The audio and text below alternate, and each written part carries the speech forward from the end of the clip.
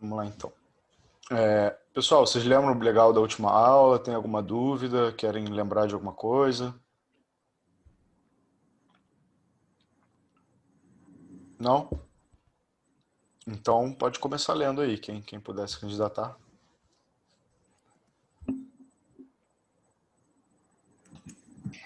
Eu leio, professor. Manda ver. É, o governo jacobino foi de início bastante popular. Uma vez que criou impostos sobre os ricos, aprovou leis fixando tetos para preços de produtos, regulamentou salários, abriu escolas públicas, repartiu bens de nobres exilados e promoveu a reforma agrária. Como rompera com a Igreja Católica anteriormente, também instituiu o divórcio e a liberdade religiosa, além de abolir a escravidão nas colônias francesas. Em junho de 1794, as tropas francesas obtiveram uma vitória decisiva em cima dos exércitos invasores.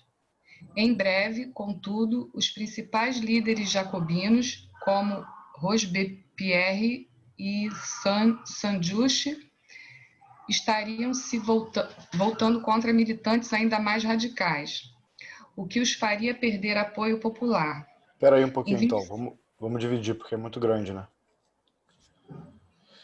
Então, vamos lá, né?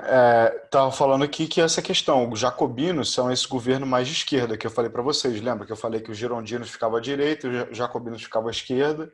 E isso meio que trouxe essa dinâmica de esquerda-direita para a nossa política contemporânea. Até hoje a gente fala esses termos, né?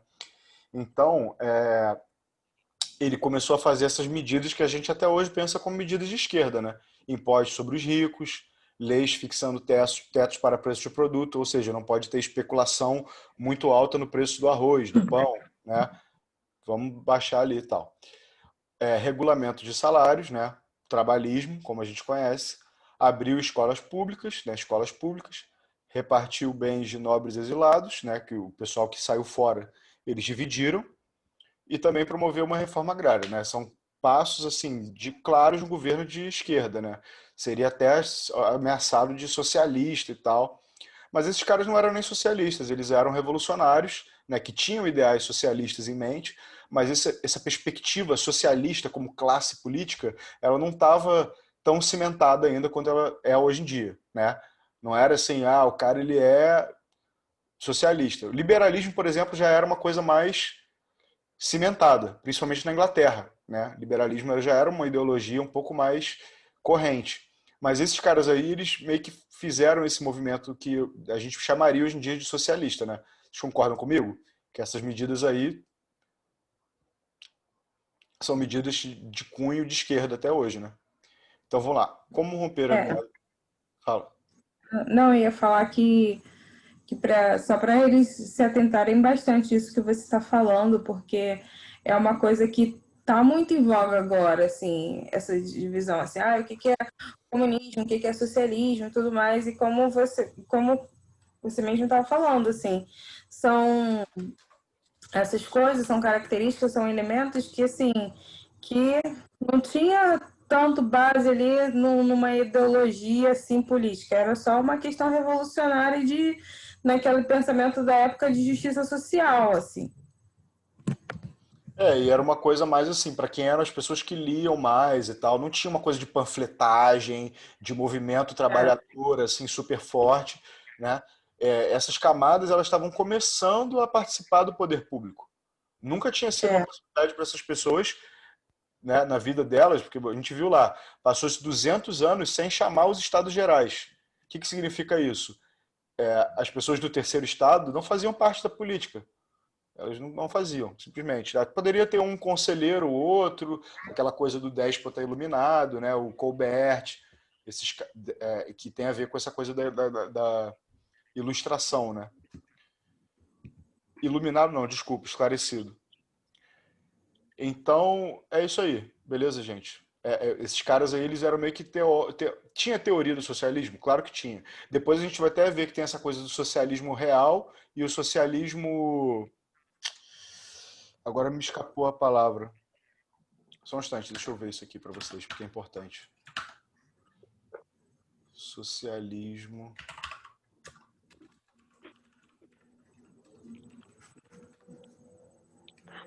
Ideal e real, é isso. Socialismo ideal e real, né? Pensar assim. Mas isso aí é mais depois, tá bom? Mas assim, era esse socialismo ideal que estava em jogo. Tipo aqueles livros que eu falei para vocês da utopia, né?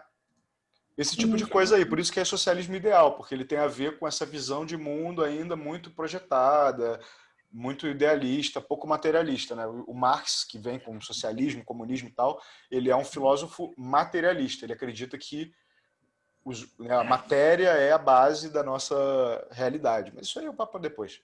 Só para vocês terem ideia que isso aí é antes, tá? Isso aí é antes dessas concepções. Como romper com a ideia, né? A Igreja Católica pode agora se divorciar e liberdade religiosa. Olha só. Porque o Estado é laico. Entendeu? Olha aí, já até hoje isso aí, a questão do aborto, a questão do casamento entre pessoas do mesmo sexo, né?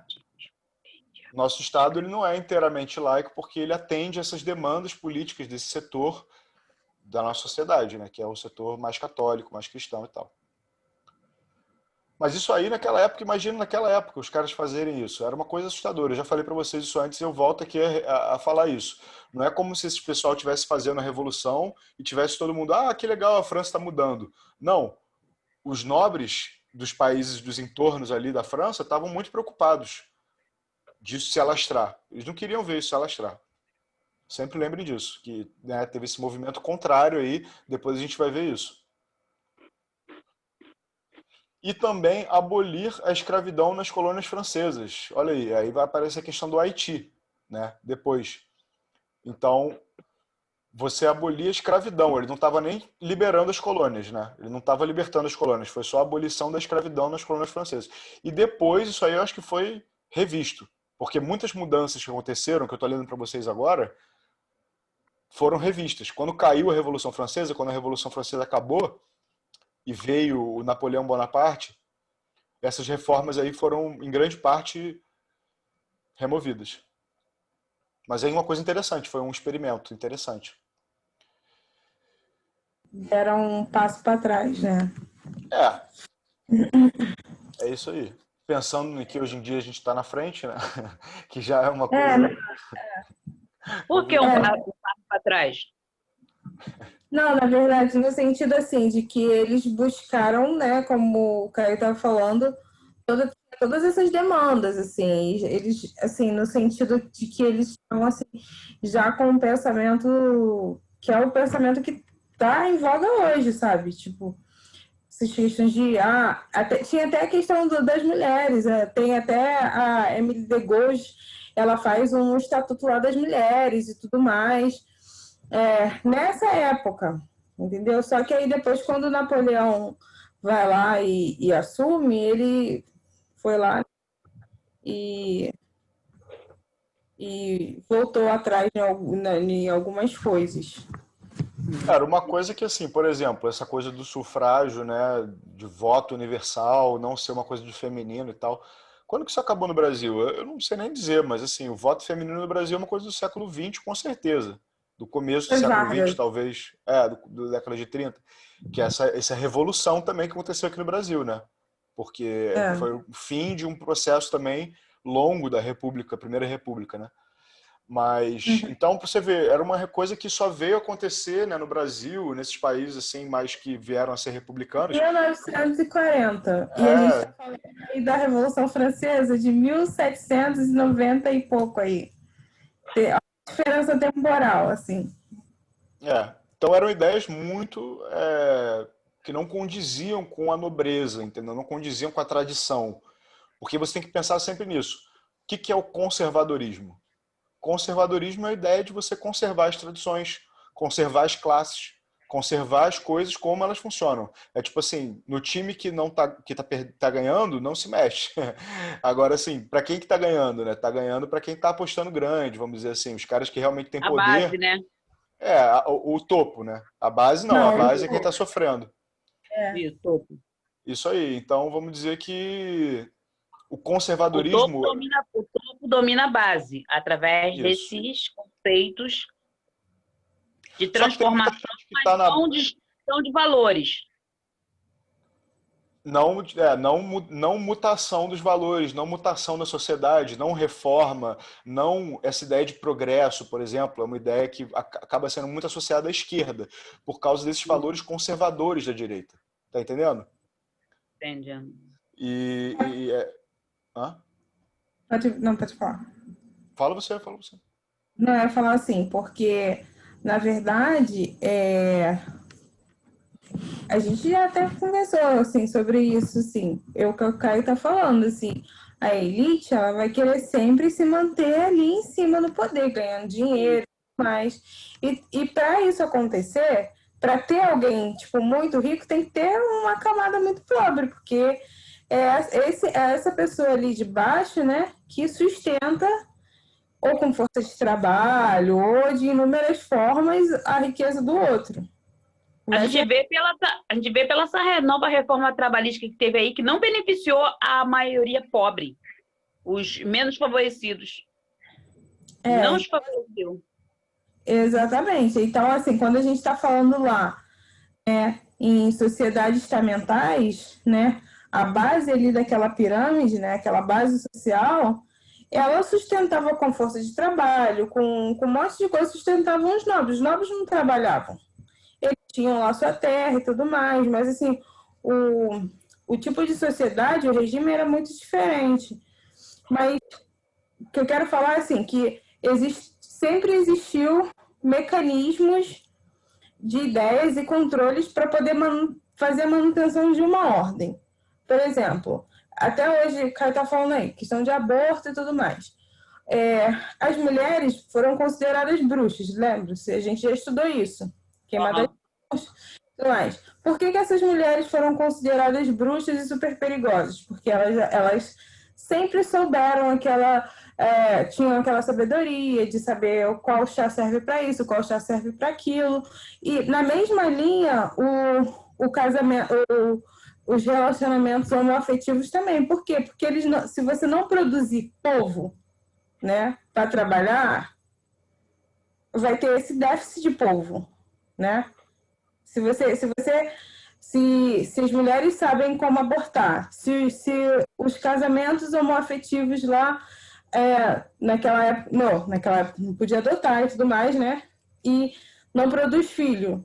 Isso falta mão de obra. A questão principal é essa, não é tipo só uma questão moral, religiosa. Claro que eles usam da questão da religião para isso.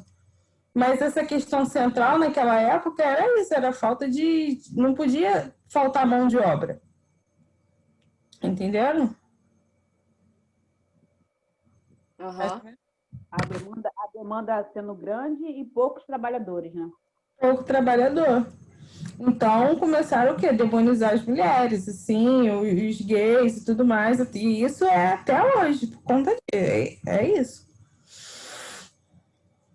Aí vamos voltar para a Revolução Francesa. Desculpa aí. Nada, que isso. É importante falar essas coisas. Então a gente estava aqui, né? Escravidão colônias francesas. Em 94, as tropas francesas obtiveram a vitória decisiva em cima dos exércitos invasores. Lembra que eu falei para vocês que quem estava tentando invadir era o irmão, se eu não me engano, da Maria Antonieta, que era o rei da Áustria. Da Áustria? Da Áustria. Ele era...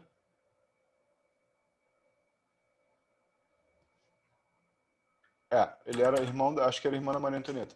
Aí, eles ganharam essa guerra, né? Uma vitória decisiva. Tiveram uma vitória na guerra, ganharam uma batalha, né? E aí, os líderes jacobinos, como Robespierre e Saint-Just, estariam se voltando contra os militares mais radicais, militantes mais radicais, né? Então, começava a ter uma cisão dentro desse governo jacobino entre as camadas mais revolucionárias e esses caras que eram pessoas mais bem lidas, assim, né? Uma classe média, meio classe média baixa, que estavam ali idealizando a revolução, né? Vai, pode continuar aí, Esther. Em 27 de julho de 1794, eles seriam derrubados do poder pelos girondinos, no chamado golpe do 9 Termidor. e acabariam na guilhotina. Algumas medidas implementadas pelos jacobinos seriam canceladas pelo novo governo, como o tabelamento dos preços e o fim da escravidão nas colônias. Ao mesmo tempo, a população de Paris foi desarmada para evitar outras revoltas. Então, eles já começaram, já o governo já acabando com algumas coisas, que era esse negócio da escravidão, que eu já tinha achado estranho, né? Tipo, eu não lembro de ter ficado muito tempo isso, deve ter sido alguns meses só, né? E aí depois esse negócio do tabelamento dos preços também, né? Que aí poderia ter mais especulação e tal, mercado, não sei o quê. Então esses caras já estavam defendendo esses interesses, né? De mercado e tal. Não, peraí, vamos continuar a revolução, mas fazer de um jeito que não acabe também com a França, né? Por causa dos ideais da revolução e tal. Aí eu queria apontar para vocês aqui um negócio que é esse, tá falando aqui, golpe do 9 termidor. O que quer dizer isso, 9 termidor? Essa palavra não existe, né, termidor. Quer dizer 9 do mês termidor. Porque os caras que fizeram a Revolução Francesa, eles queriam acabar com o calendário gregoriano. Eles queriam fazer de tal forma que cada mês tivesse um nome que tivesse a ver com a estação, com as colheitas, tá bom? Então, termidor é o nome porque tem a ver com termo, né, que é calor. Então, tem a ver com o calor da estação. Acho que é perto de novembro, sei lá. Não, desculpa. Esquece o que eu falei. É algum mês desse. Eles substituem, fazem uma substituição. E tem outras coisas também. Eles queriam fazer de tal forma que a semana, eu acho que tivesse 10 dias e o minuto tivesse 10 segundos. Eles queriam fazer uma mudança assim, em toda a estruturação da vida, vários aspectos assim. É muito interessante essas coisas que o pessoal não fala muito da Revolução Francesa, que eles tentaram fazer algumas coisas que pegaram e outras não. Por exemplo, o sistema métrico, né? O sistema métrico é uma implementação da Revolução Francesa, né? O padrão que a gente usa, centímetro e tal. E isso foi uma coisa que funcionou para o mundo inteiro, foi exportado para o mundo inteiro e tal, não sei alguns países, né? Os Estados Unidos e tal. Mas outras coisas como esse negócio do minuto de 100 segundos. Imagina a nossa vida ser ordenada num minuto de 100 segundos, né? Ou um dia de 10 horas. É muito louco, né? É muito louco. Então é isso aí. Pessoal falando aí que os girondinos tomaram poder, né? Então o negócio era assim, golpe atrás de golpe atrás de golpe. Começou a ficar uma coisa muito confusa. A administração francesa era uma coisa assim, ninguém sabia o que ia acontecer mais. Por isso que esses caras tinham medo também, né? Porque eles achavam que ia se alastrar, mas eles também não sabiam o que ia acontecer. Eles não viam fim para aquilo e também não viam solução, então é isso aí. É porque é como a gente até conversou isso de uma vez, assim, eu aprendi isso em uma aula que eu tive na faculdade, eu nunca mais esqueci. O que é liberdade para uns é diferente de liberdade para outros. A liberdade é algo subjetivo. Então, assim, o que era liberdade para os girondinos, para os jacobinos, para o sans-culottes? Então, assim, cada grupo, né, tinha sua visão e seu ideário. E isso vai entrando em choque, né? E aí, quando vai entrando aí você começa uma revolução e os grupos vão... Vocês podem ver em filmes, sempre acontece isso. Passa a reparar nessas coisas. Que sempre tem dissidências assim, em grupos, porque assim, é isso, é a subjetividade de um querer de uma liberdade. Ou do que você acha que é necessário para uma revolução. Então, quando um grupo vai, sei lá, eu tenho essa perspectiva, outro grupo, eu tenho essa perspectiva, elas vão entrando em choque assim, entre si, e aí a gente tem aquela questão assim, de não sabe onde vai dar, é o que o Caio está falando agora. Não tem como saber onde vai dar todas essas, né, dissidências, todas essas diferenças e tudo mais. Então, golpe em cima de golpe. E essa coisa que eu estava falando para eles na aula passada também, né? É difícil você ter na história, salvo alguns momentos, assim como, por exemplo, a descolonização da África, descolonização em geral, né? É uma coisa que gera muita revolução. Mas é difícil você ter na sua história, assim, que a gente conhece, escrita e tal, mais recente, essa coisa de as pessoas saírem na rua e começarem a matar os nobres, né? Entra na casa dos caras, mata todo mundo. É isso. Então, assim, isso não é uma coisa comum, tá, gente? Isso é uma coisa que acontece em alguns momentos e nem assim, nem, por exemplo, uma situação de descolonização, que o cara tá dominando o seu povo, nem assim, muitas vezes as pessoas vão embora e não tem muita morte. Às vezes morre um ou outro e aí o pessoal já, não, é isso aí, tal, faz guerra, né? Mas guerra é uma coisa e você chegar e começar a matar todo mundo assim, meio que uma guerra civil espontânea de revolução, isso não é uma coisa muito normal, tá bom? Não é uma coisa que se repete muito. É verdade. Não se repete porque não tem grupos, né? Quando se monta grupo... E mesmo quando tem grupos, tem um grupo enorme de pessoas, porque tem que ser um grupo enorme de pessoas, tem que ser quase um consenso social para uma coisa dessa acontecer. E dentro desses milhões de pessoas tem dissidentes, como a Dani falou, é muito difícil você ter um processo desse, e mais difícil ainda é isso se solidificar de uma forma assim, totalmente, todo mundo está de acordo, e é isso que a política vai acontecer. Não, o que acontece normalmente é que o partido que revoluciona tem cisões internas e começa um a matar o outro. E aí vira uma guerra, igual foi a Revolução Russa, né? Uhum. É exatamente isso que eu estava falando agora para vocês, assim.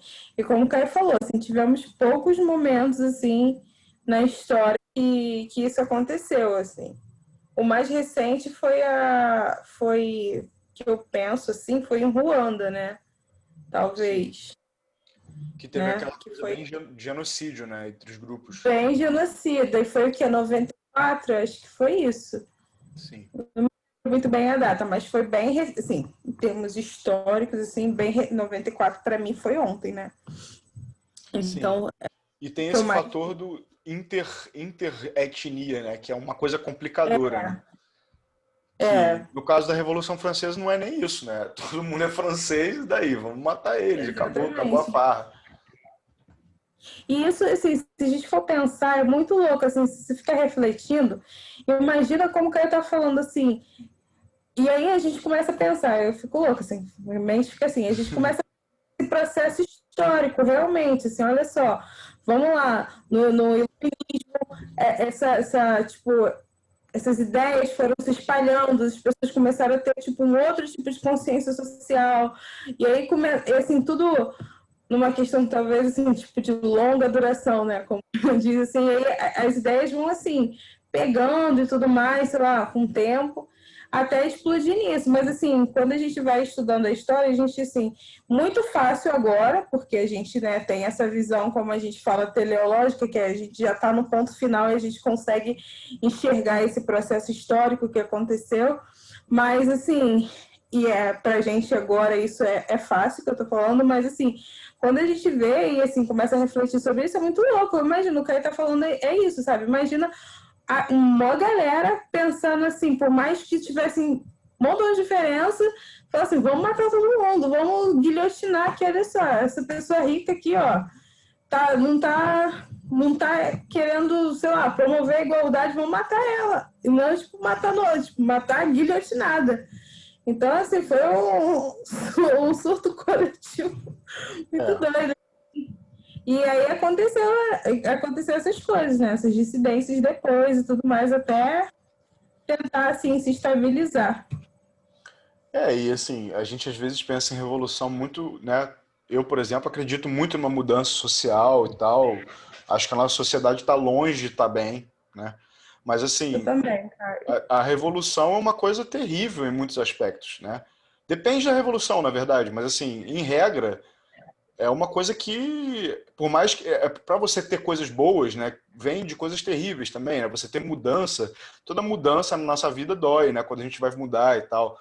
E quando você está falando de um processo político gigantesco, assim, basicamente a administração de um país, tudo funciona baseado nisso, né? Quando você ataca isso, o povo ataca isso, o que vem depois é quase via de regra escassez, morte, né? Isso aí se você estudar, agora muitas coisas Guerra. positivas também vêm, né? Muitas coisas novas e tal. É igual guerra. Toda vez que tem guerra, vocês podem saber, assim, depois tem isso, né? Dívida, escassez, falta de comida, entendeu? Pra, tipo, assim, a maioria de ambos os lados, sabe? Dificilmente, assim, dois países em guerra, sei lá, os Estados Unidos até, sei lá, pouco tempo atrás estava em guerra lá no Iraque, né? Pode continuar isso um instante. E assim, toda vez que tem guerra, assim, tem um país vencedor, que é tido vencedor, mas na real nenhum país vence, porque assim, sempre onera muito, guerra onera muito um país, entendeu? Porque tem que mandar tropa toda hora, tem que mandar, entendeu? Tem uma questão bélica toda hora, então assim, sempre está onerando aquele país, né? Então assim, na real tem um vence simbolicamente, mas todos ficam sem dinheiro. E eu ia falar uma coisa e eu esqueci, antes de falar sobre guerra. Esqueci. Era alguma coisa sobre a Revolução Francesa. Esqueci, gente. Depois se eu lembrar, eu falo com vocês. Mas é isso. E eu ia falar sobre... Acho que era sobre revolução, assim. Lembrei que eu ia falar. Eu ia falar sobre essa questão que o Gaio estava falando, que realmente, para ter uma mudança social, sempre precisa ter uma crise. Sempre precisa ter uma crise. Por quê? Porque é a partir da crise que ela vai mover reflexões, questionamentos. E aí, a partir disso, começa a ocorrer pequenas mudanças, grandes mudanças, e a partir de pequenas mudanças, grandes mudanças.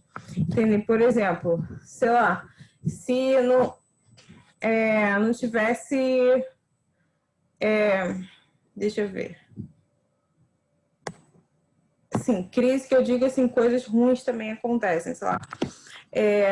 Quanto tempo, por exemplo, em relação à questão da mulher, a mulher não passa por situações muito ruins para assim, e a todo tempo ela tá ali, ó, pleiteando alguma coisa para, enfim, hoje, por exemplo, tem pessoas que falam que hoje tem muita gente falando sobre feminismo, o feminismo chegou, não sei o quê, tem umas pessoas que falam que é bom, tem umas pessoas que falam que é ruim, mas assim, para ter essa visibilidade que está tendo hoje, sei lá, não que a luta das mulheres, assim, tem muito tempo, mais de, sei lá, 13 anos. Muitas já desceram a sepultura para deixar sua marca durante essa trajetória até os dias de hoje.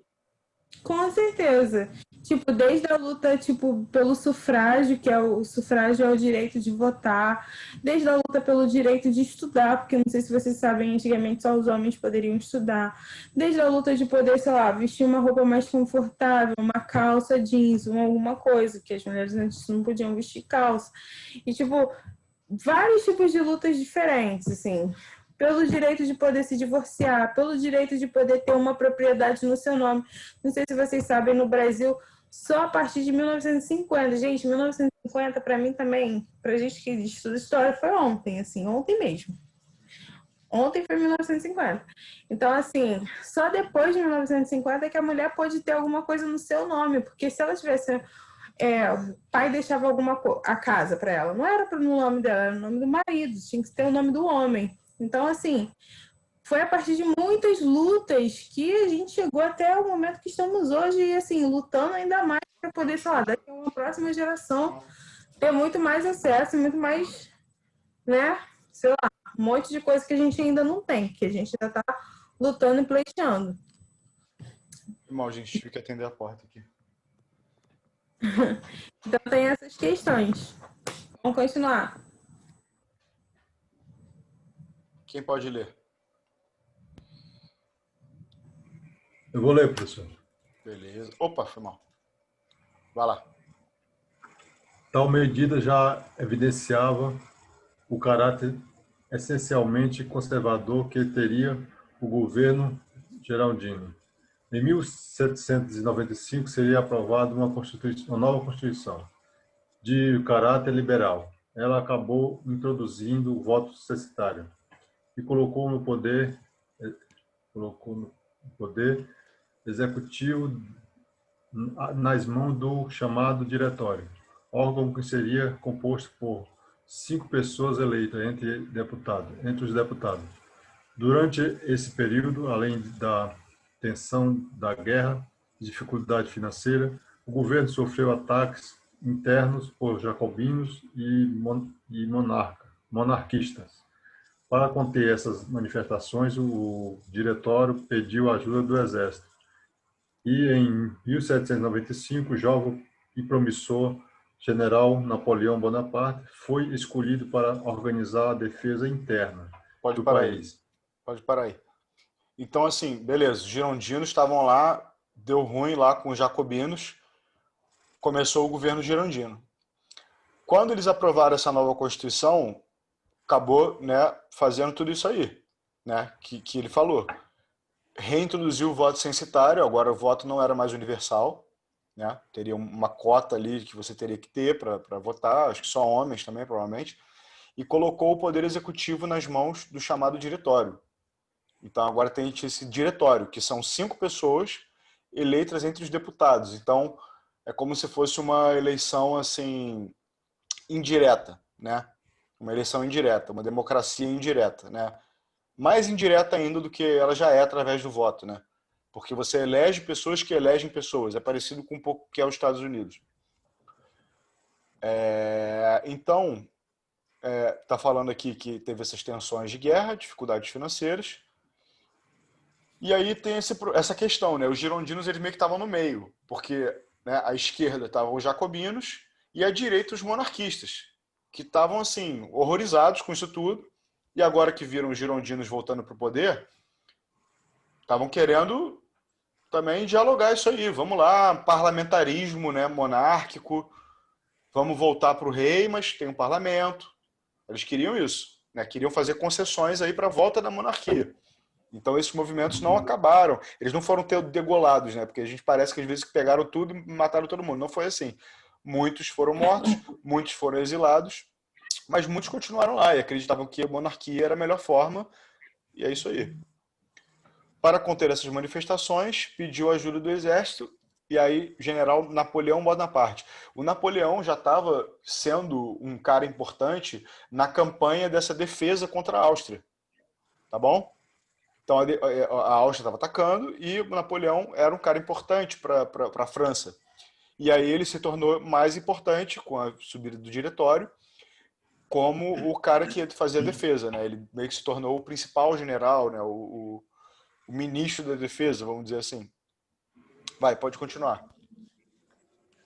Graças ao êxito do Napoleão, acabou tornando-se uma importante força política na França. Seu prestígio cresceu tanto que, em 1799, ele foi convidado a fazer parte do diretório. Em 9 de novembro do mesmo ano, no golpe reconhecido como 18 Brumário, Napoleão anunciou que iria dissolver o parlamento e substituir o calendário por 3 cônsules provisórios, dos quais ele era evidentemente o mais importante. Era o início na era Napoleão. Então, vamos por partes aí, né?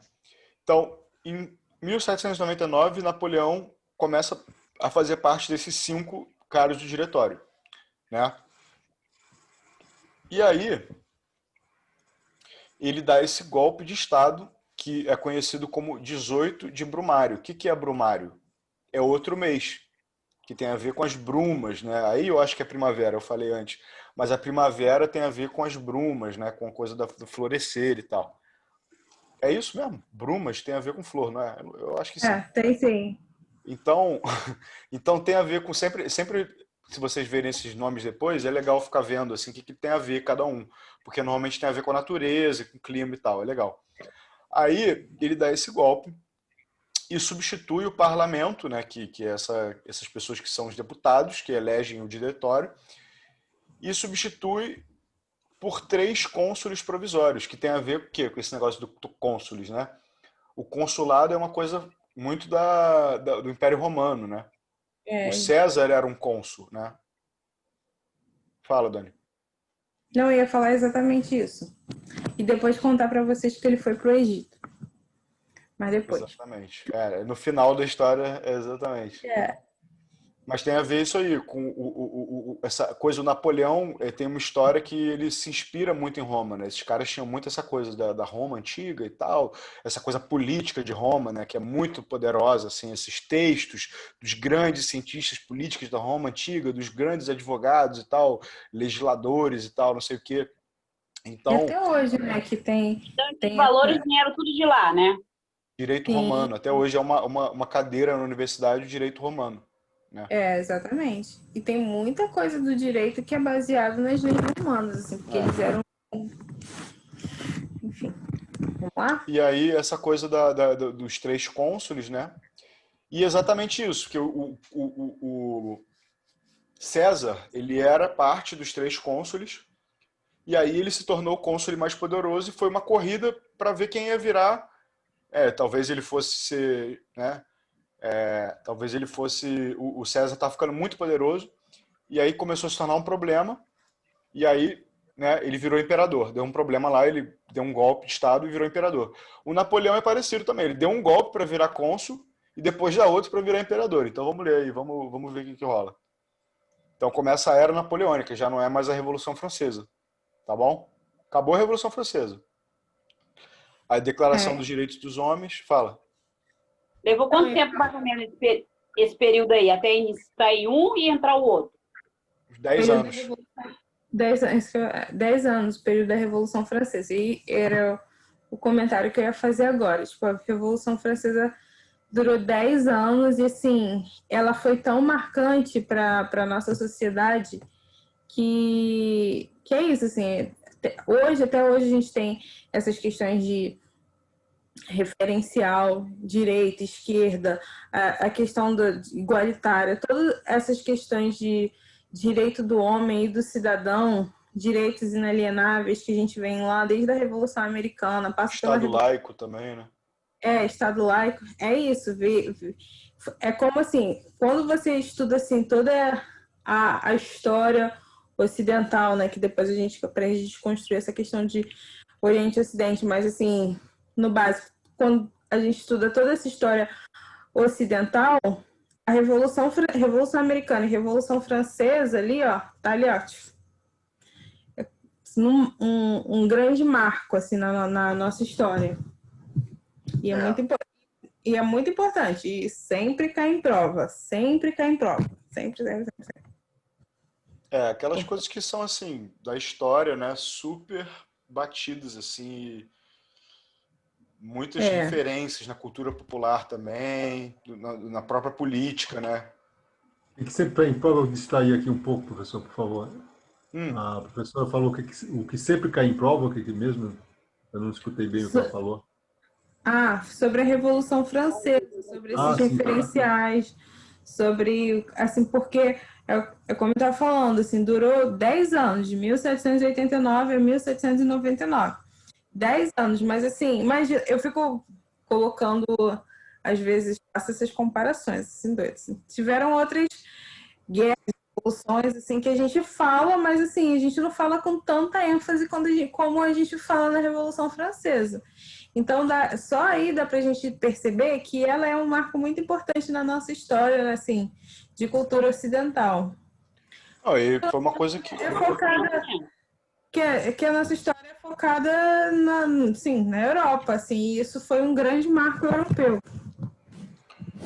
Foi uma coisa que ecoou na política do mundo inteiro, né? Foi uma coisa que aconteceu só na França. Né? Foram ideais que se espalharam, as pessoas viram que era possível tomar o poder, era possível fazer um negócio e tal, mesmo que tenha sido todos esses problemas que eu falei para você aí e tal. Muitas pessoas ficaram horrorizadas, né, com o que aconteceu, mas muitas outras viram naquilo uma esperança para elas poderem agir, né? Porque a gente vai falar depois disso, por exemplo, muitos povos estavam em situação de domínio dentro de impérios, certo? Então vamos dizer, o Império Austríaco, o Império Húngaro, o Império do Sacro Império Romano Germânico. Todos esses impérios, eles tinham dentro deles etnias menores, povos menores que foram dominados, subjugados, certo? E essas pessoas viram na Revolução Francesa também uma possibilidade de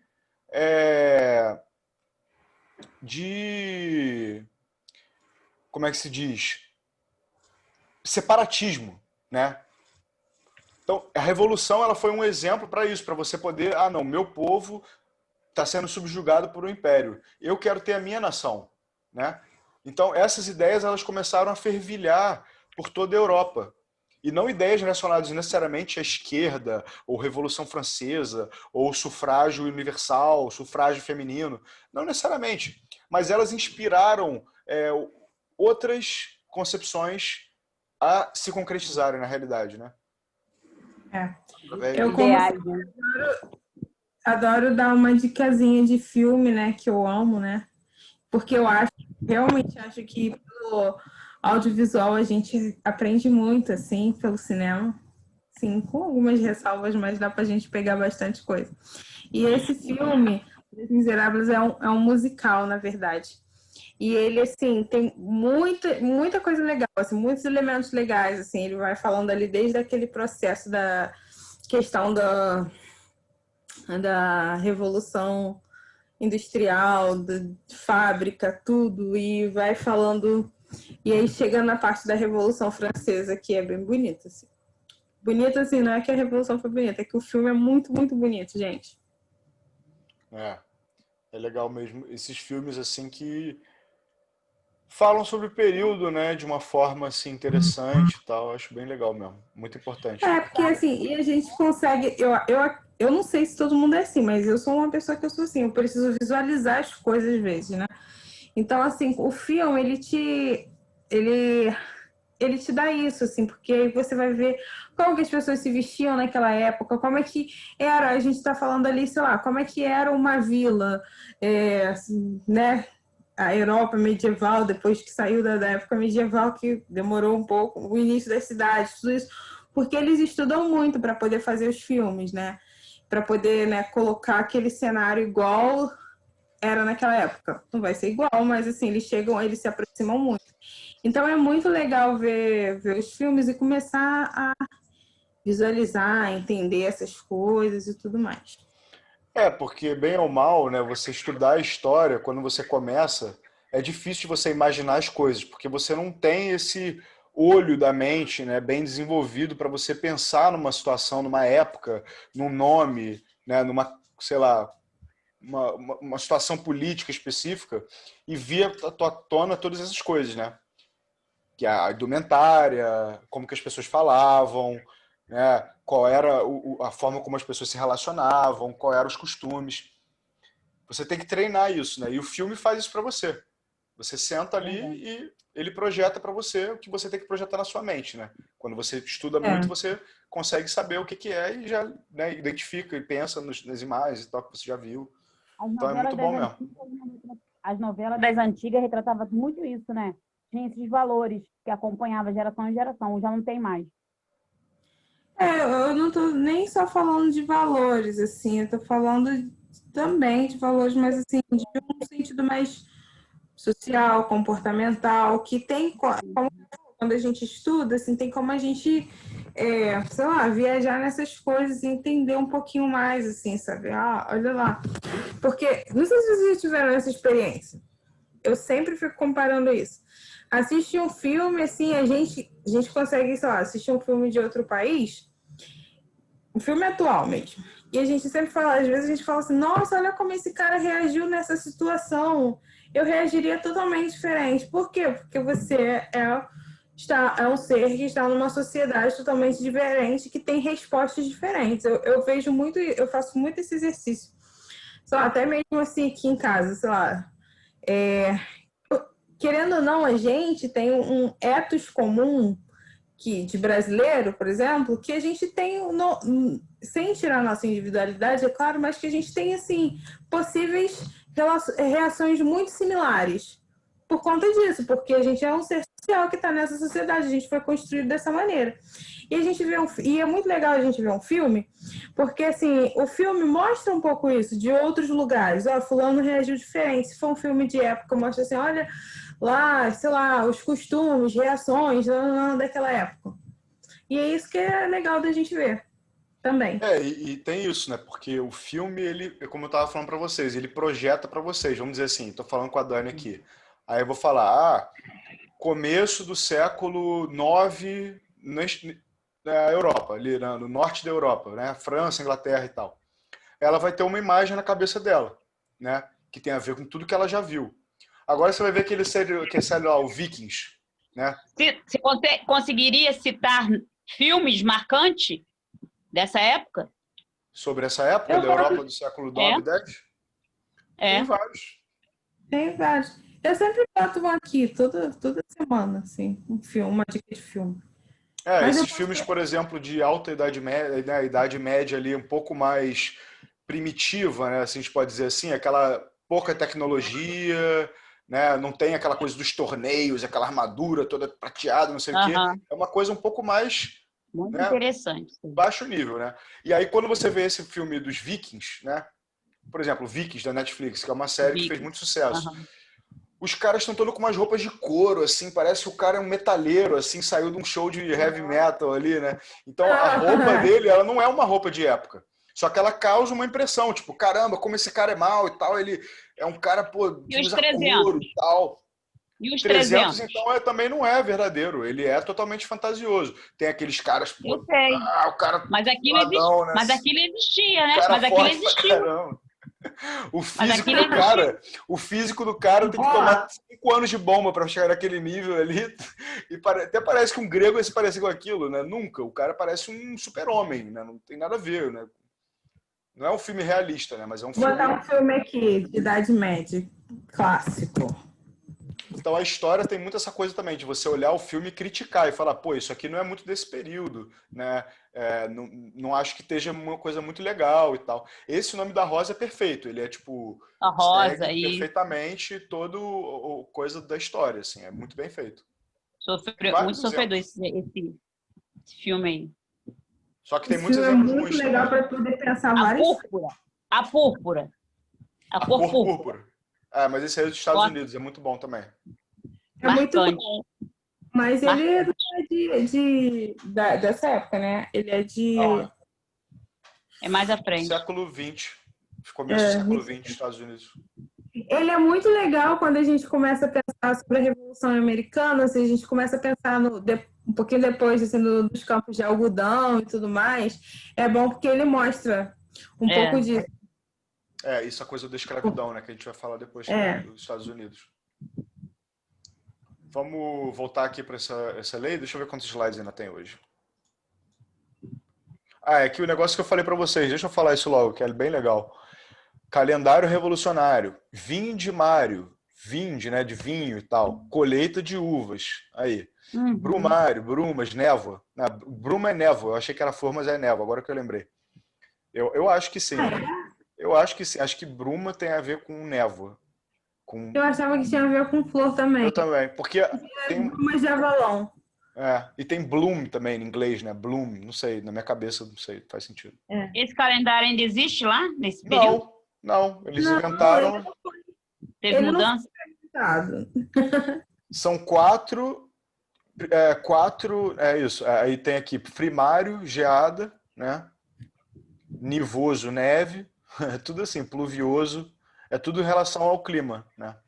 Em relação à natureza. Olha que bonito.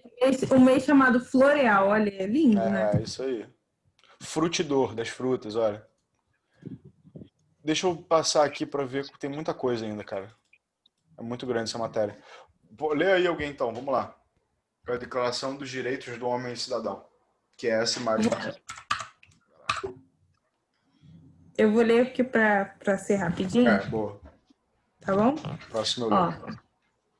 Recebe o nome de Declaração dos Direitos do Homem e do Cidadão, um documento elaborado durante a Revolução Francesa de 1789, e queria refletir, a partir de sua divulgação, um ideal de âmbito universal, ou seja, o de liberdade, igualdade e fraternidade humanas, acima dos interesses de qualquer particular. Na época, a França acabava de encerrar séculos de um regime absolutista, onde quem tinha vontade suprema era o monarca. Tal arranjo foi necessário ao momento do nascimento da moderna França, porque era o único meio de se fazer respeitar a unidade nacional e prestar obediência a uma autoridade centralizada. Com o tempo, porém, tal forma de organização do Estado passou a ser uma ferramenta tanto da nobreza como do clero para oprimir, controlar e explorar o povo, o que fazia do cidadão da época um ser humano limitado pelas imposições do governo do Estado. É isso aí, né, gente? Essa Declaração dos Direitos do homem e do cidadão, como a gente já falou, deram origem, né, deram sequência a esse processo de direitos humanos, né, que até hoje e tal. Mas essa coisa dos direitos humanos, ela é a quem ela serve, né? Não é a todo mundo, porque, por exemplo, tem trabalho escravo no Brasil, né? Você tem violações de tráfico humano, né? Essas coisas, elas são ilegais, né? Elas não deveriam existir, mas elas existem. Então, a gente tem que lembrar aquela coisa que a gente conversou com o Luiz, que nas outras aulas, né? Que a justiça, ela é, né, essa declaração dos direitos do homem e do cidadão, um negócio universal, iluminista, que é para valer para todo Ela é mundo. só lida, mas não No é fundo, praticada. depois... ela é Só está na praticada escrita. até um certo ponto. Não só na escrita, ela funciona até um certo ponto. Ela vai até ali, entendeu? Uhum. É tipo metade do tanque de combustível, só vai até Sim, metade do caminho, Estou entendeu? te entendendo. Então, eu queria trazer para vocês essa visão aí que está falando no final ali, que a Dani leu, né? Com o tempo, porém, tal organização passou a ferramenta tanto da nobreza como o clero para oprimir, né? Então, é isso aí.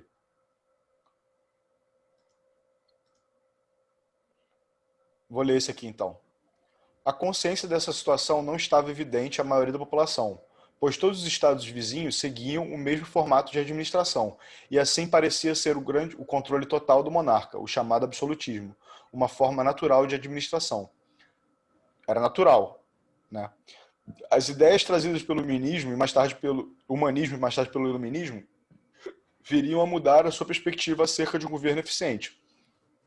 Com esses novos conceitos, o povo deixaria de ser obrigado a servir os interesses do governante, surgindo, ao contrário, um governo que passaria a servir os interesses do cidadão, garantindo seus direitos e deveres. Então, esse era o princípio da Revolução Francesa, né? É exatamente devido a essa mudança de perspectiva que se iniciou a Revolução Francesa, que desejava dar todo o poder ao povo. Como a história mostraria, tal desejo seria logo frustrado pelos interesses da classe burguesa que assumiriam de forma informal o controle do Estado, quando as classes dominantes, nobreza e clero, foram desbaratadas. Mesmo assim, algum progresso foi alcançado e a consciência de que o povo deveria ser o interesse central no desenvolvimento de qualquer Estado foi a partir de então levado a sério, né? Então, as pessoas começaram a ter um pouco de medo do povo, né? Tem que levar a sério, né? Esse interesse popular, ele deve ser considerado, porque pode acontecer de novo o que aconteceu na França, né? Começou a virar um medo. Prova disso é a declaração do homem e do cidadão, anunciada a público 26 de agosto de 1789. Então, já dentro do que viria a ser o governo do Napoleão, essa declaração dos direitos do homem. Então, ele é mais um produto da Revolução Francesa do que uma coisa que foi feita na Revolução Francesa, né? Para vocês verem como está vindo aí, vão vir muitos produtos da Revolução Francesa. Sendo que a Revolução Francesa, por si só, durou 10 anos.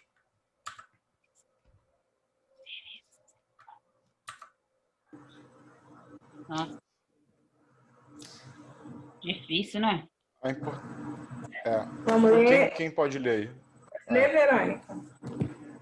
A importância desse documento nos dias de hoje é ter sido a primeira declaração de direitos e fonte de inspiração para outros que vieram posteriormente, como a Declaração Universal dos Direitos Humanos, aprovado pela ONU, Organização das Nações Unidas, em 1948.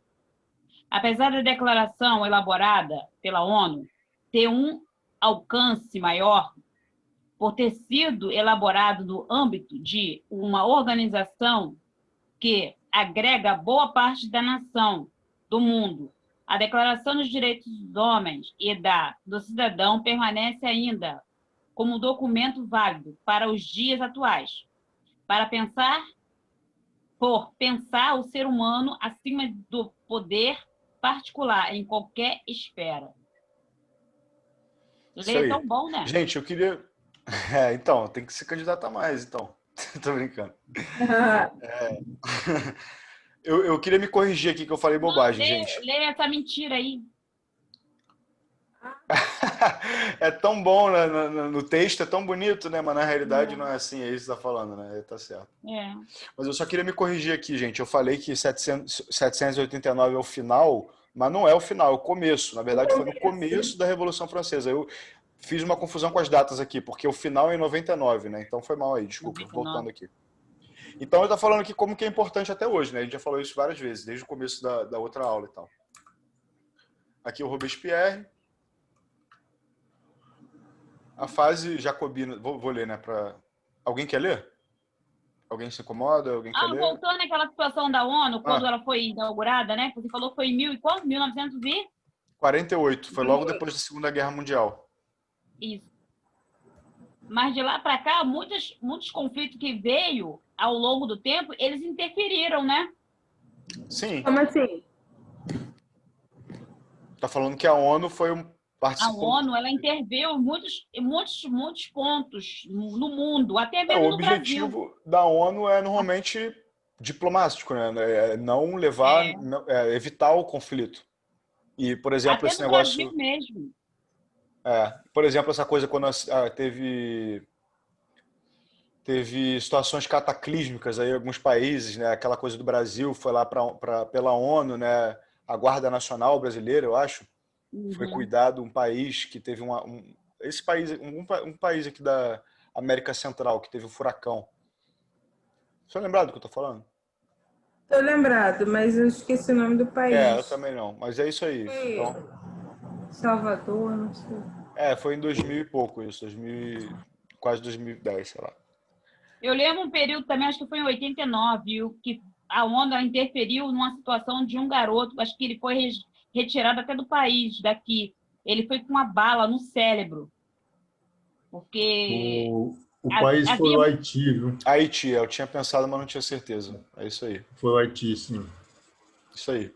Havia muitos mandado pelo Exército Brasileiro. Por exemplo, esse negócio que rolou foi agora... a democratização do Haiti, o golpe de Estado, uma coisa assim que teve lá.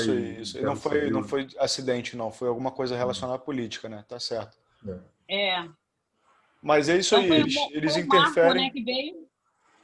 Eles interferem nessas situações que têm a ver com direitos humanos, né? Porque os países que assinaram essa declaração dos direitos humanos, né? Eles têm a obrigação de condizer com essas estipulações, né? Por exemplo, esse negócio dos Estados Unidos botando o pessoal em jaula lá, negócio de imigração e tal. São coisas que, para eles, fica ruim, para o Conselho, né, das Nações e tal. É humanitário, né?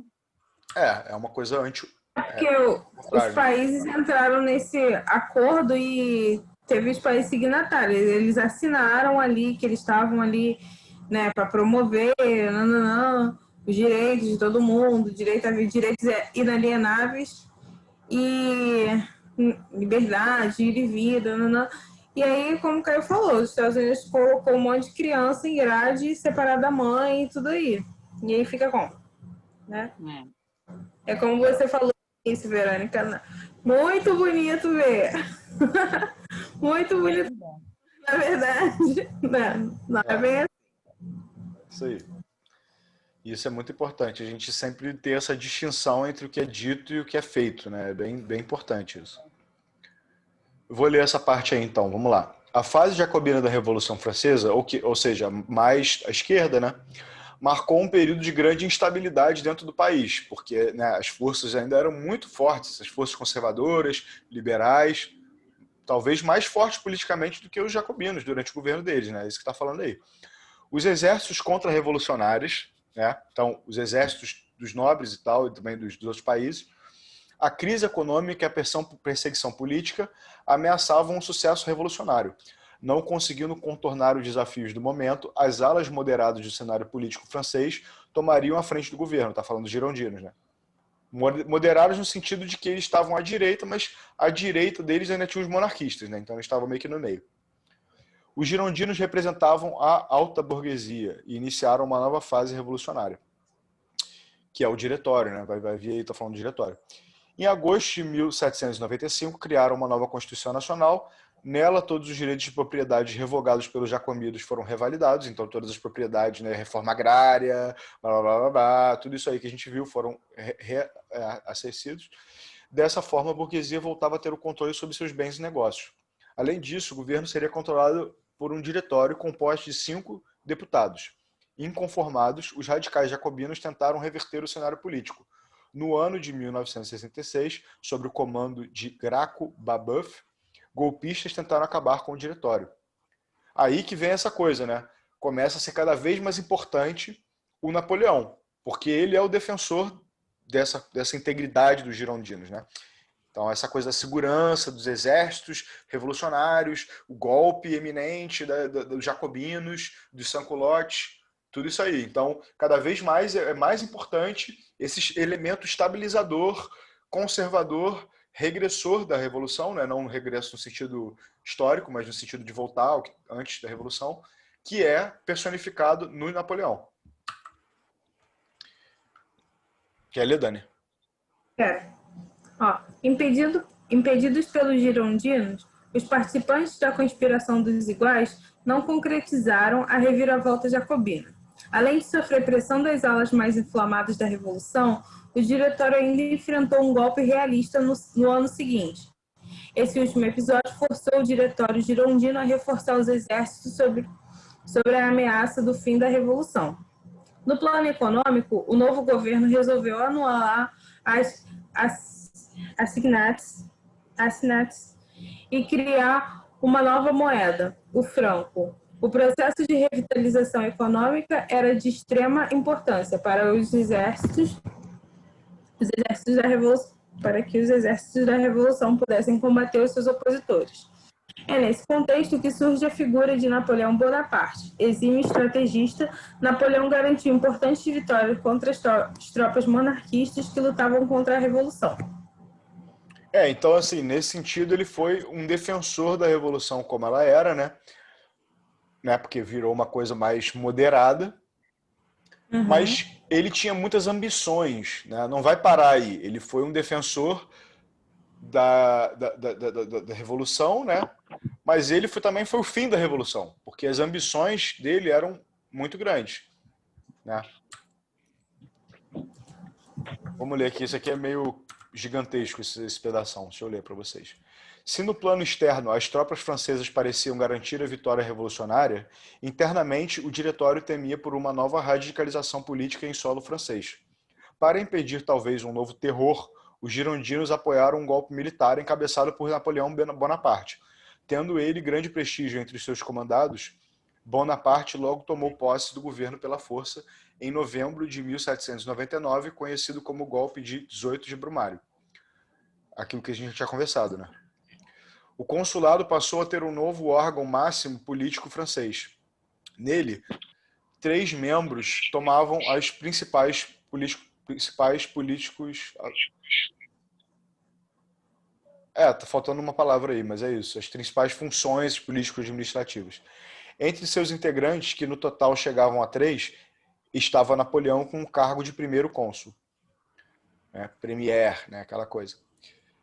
Uma nova Constituição fora redigida. Em seu texto, vários mecanismos deram condições para a ascensão política de Napoleão. Então, estava tudo preparando para ele virar um imperador. Né? Ele vai virar depois.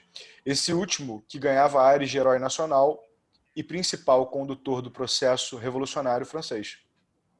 Então, ele se tornou o guardião da Revolução, de certa forma, mas ele voltou à administração como ela era, né? Assim, o império e o absolutismo não tinham muitas diferenças administrativas, mas né, ele não foi para o republicanismo, ele voltou para uma autocracia, se é que vocês me entendem.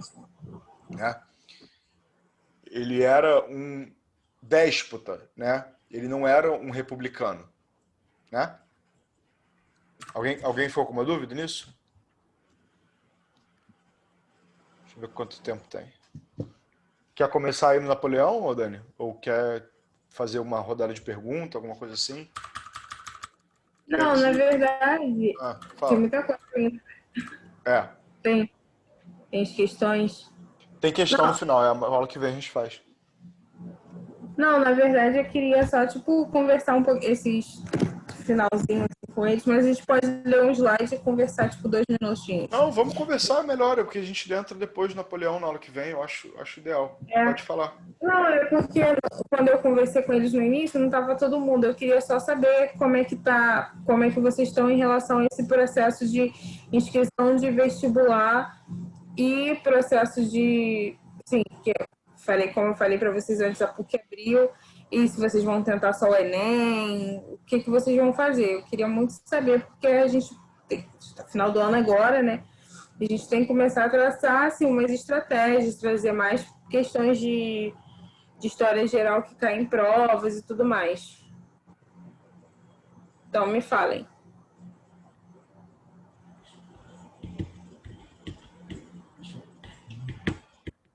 Eu vou fazer o Enem. Você vai fazer o Enem? Verônica. Alguém vai fazer PUC aí, gente? Eu vou fazer PUC. A Esther está fazendo PUC. Laura... Eu estou fazendo PUC e vou fazer o Enem também. Tá fazendo PUC também, Luiz? Para quê? Sim. Cara, eu estou assim, tipo, testando meus conhecimentos e, assim, visando direito, mas não sei se vou conseguir. Para direito, né? Sim, sim. Esther tá prestando para quê? Serviço social. Legal. Vai passar. A coordenadora... Tomara! Muito legal. Profetiza a bênção na minha vida. Alguém Tá mais? com bolsa. É isso aí. Isso é legal de falar também, Dani, pro pessoal que não tava aí, negócio da bolsa que você falou, eu acho. Também, por O isso serviço social é um curso muito legal na PUC, que assim, é o curso que tem 100% bolsista, no serviço social. Não tem nem outras... Ah, é? Que legal isso. Serviço social? Não paga Serviço mensalidade, todo mundo curso é bolsista. Muito legal isso. Muito legal.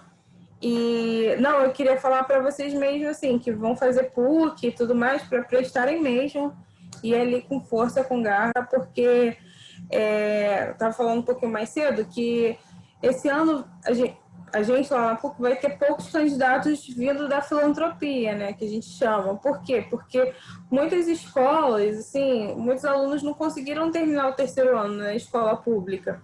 E o EJA também, ele parou. Então, e também na Educafro também foram poucos candidatos. Então, assim, essas bolsas ficam ociosas, assim, se elas não são usadas. Então, assim, é o momento de vocês conseguirem isso. Tá bom? E aí eu queria, assim, ver um pouquinho. Eu conheço um pouco do Enem, né? Porque eu sou pronista na PUC, né? Fui. E eu passei pelo Enem. Então, assim, eu entendo um pouco das questões do Enem, que são questões mais cansativas, aquelas questões bem gigantes, assim, principalmente história, para realmente, assim, cansar a gente.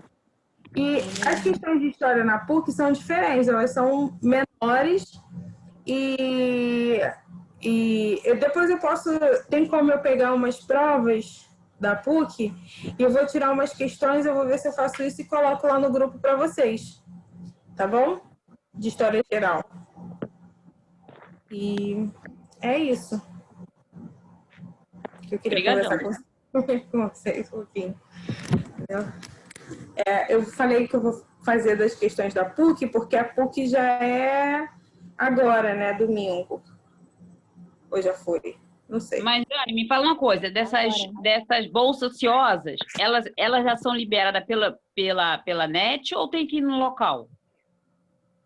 Assim, não, as bolsas ociosas que eu digo são assim, a PUC, ela tem, tipo, um número X de bolsa que é dedicado para quem é da parte da filantropia, para quem não tem as condições financeiras de pagar. Se não tem candidato para aquela vaga, ela fica vazia, porque não teve candidato, entendeu? E outra dica que eu vou dar para vocês também, se vocês colocarem alguma matéria que tem a licenciatura, marque a licenciatura, porque a licenciatura tem bolsa própria para licenciatura. entendeu? Porque às vezes você fala assim, eu quero fazer história, e marca lá o bacharelado. O bacharelado não tem tanta bolsa, mas se for história e licenciatura, tem muita bolsa. Mas você fala assim, eu não quero ser professora, eu só quero ser, quero fazer o bacharelado. Quando você entra, tem como você mudar. Mas assim, na PUC também tem como você tirar os 2 diplomas, que é o que todo mundo faz. Tira o diploma de bacharelado e licenciatura. Que eu fiz, todo mundo faz isso. Legal. Esse negócio está muito estranho, né, hoje em dia, porque esses cursos de bacharel não tem nenhuma não tem nada que seja exclusivo, né, do curso de bacharel, enquanto o curso de licenciatura ele já te permite trabalhar com. Então, assim, para quê? Né? Poderia ser tudo licenciatura. Não vejo muito sentido. Exatamente o que o cara falou, assim, para que fazer bacharel? Eu fiz bacharel e licenciatura porque quando eu entrei tinha uma questão de museu e tal, que eles pegavam mais gente que era bacharel. E aí fui aconselhada lá dentro, né, os meus professores a fazer os 2. Mas agora, assim, é só embarcar na licenciatura, porque a licenciatura já te abre um leque muito grande. Isso que você falou da oportunidade de trabalho, eu acho que realmente pode ter uma diferença, mas em termos das matérias que são ofertadas, eu acho que o curso do bacharel e do licenciatura são iguais, a não ser que a licenciatura tenha esse aspecto da didática, né? Não tem a matéria a mais, né? Pelo menos no meu curso. Na PUC, a licenciatura tem, tipo, umas 4 ou 5 matérias a mais. Enquanto que no assim, porque na PUC funciona assim. Se você escolher fazer só o bacharel, você tem que fazer, sei lá, 5 seminários, mais história da historiografia. Então tem mais matéria para fazer. Não, enquanto que na licenciatura você também faz tipo umas 5 disciplinas que são das disciplinas de educação, que é a história da educação no Brasil, e, enfim, várias disciplinas ligadas à educação. Entendi. E então eu fiz tipo 10 vezes mais, assim, que não é bom. Já que tá com bolsa, aproveita tudo e faz. Não tá pagando mesmo, faz tudo. Cara, pra mim, se eu pudesse, assim, só estudar a minha vida, eu seria realizado, porque, né, a melhor coisa que a gente tem é o conhecimento. É a única coisa que não podem tirar da gente, né? Então. É verdade. Minha mãe sempre falou isso pra mim, assim, por isso que eu sempre fui estudar. Ela sempre falou assim, a única coisa que não pode tirar é o conhecimento. Verdade. E aí é isso, assim, a gente tá passando aqui da hora do outro professor, que eu sempre... Não, vamos lá, deixa ele dar. Deixa a aula dele. Obrigado, gente. Então, qualquer coisa, vocês falem com a gente lá pelo